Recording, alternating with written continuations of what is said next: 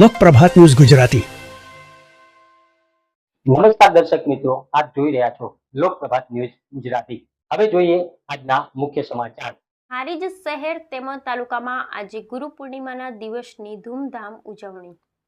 હારીજ શહેરના મોટા ગણપતિ મંદિર બ્રહ્મચારી ગણપતિ સ્વરૂપ તેમના શિષ્ય ચૈતન્ય સ્વરૂપ બ્રહ્મચારી તેમના શિષ્ય કૃષ્ણ સ્વરૂપ બ્રહ્મચારી મહારાજ શ્રીના સેવકો દ્વારા વહેલી સવારથી ગુરુના પાદુકા પૂજન માટે સેવકો દ્વારા પૂજન કરાયું હતું।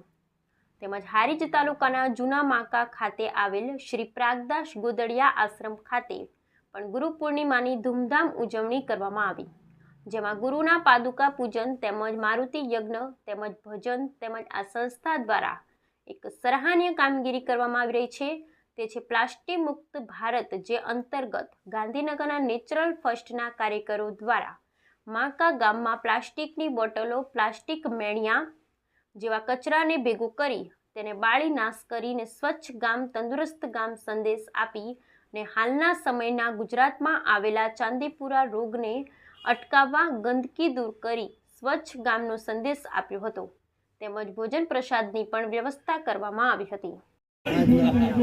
આજનો જે આપ જાણો છો કે ગુરુ પૂર્ણિમા આખા દુનિયામાં, આમ તો આપણા ભારત દેશ વર્ષની અંદર ગુરુ પૂર્ણિમાનો મહાત્મ્ય વધારેમાં વધુ છે, કારણ કે જેને આપણને એવું ગુરુનું આપણે મહાત્મ્ય એટલું બધું કરીએ છીએ કે જેને પણ આપણને જ્ઞાન આપ્યું હોય એને આપણે ગુરુ માનીએ જ છીએ।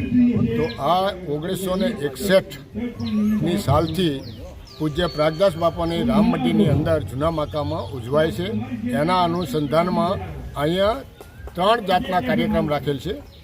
આમ તો 4 થાય કે મારુતિ યજ્ઞ, ભજન અને જે અમે 21મો પ્રજન 21 વર્ષથી પ્રજન યજ્ઞ, વરસાદનો વધુ થાય કે ઓછો થાય પણ એનો આભાર માનવા માટે અમે દર વર્ષે આ 21મો પ્રજન યજ્ઞ કરી રહ્યા છીએ। અને નેચર ફર્સ્ટ જે અમારું એક સેવાકીય અભિયાન છે, એનો 153મો અઠવાડિયાથી અમે જે પ્લાસ્ટિક મુક્ત ભારત, પ્લાસ્ટિક મુક્ત દુનિયામાં જે આપણે મોટું ક્લાઇમેટ ચેન્જનું છે એના અનુસંધાનમાં સેવાકીય પ્રવૃત્તિ ફરજ રૂપે કરી રહ્યા છીએ।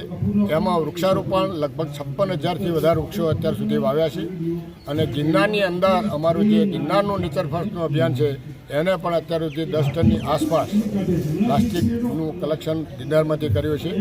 તો આ પ્રવૃત્તિમાં આપ સૌને પણ અમારી વિનંતી છે, ફક્ત અમે કરીએ છીએ નહીં, આમાં ઝાઝા થરેડિયામણા જે કે તમારે જે સાંભળતા હોય આ કેસેટ અવાજ, એમને અમારી વિનંતી છે કે તમારા ઘરની અંદર જેટલું પ્લાસ્ટિક ઓછું થાય અને ત્યાં ફેંકવાનો જે આપણો મોટો પ્રયોગ આપણા દેશમાં દરેકને ફરજરૂપી સમજતા નથી અને જ્યાં ત્યાં પ્લાસ્ટિક કે કચરો ફેંકે છે, એની જગ્યાએ જો મારી નમ્ર નિવેદન છે, વિનંતી છે કે લોકો પ્લાસ્ટિક ફેંકે નહીં, કચરામાં ફેંકે નહીં અને કચરા પેટીમાં નાખે તો અમારા જેવા સેવાકીય કરવાની કોઈ ફરજ પડે નહીં।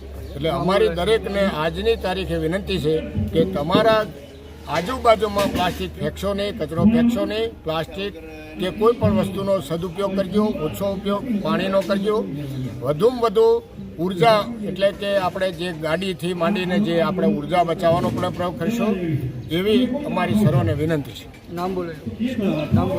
મારું નામ પટેલ નારાયણભાઈ પ્રાગદાસ છે।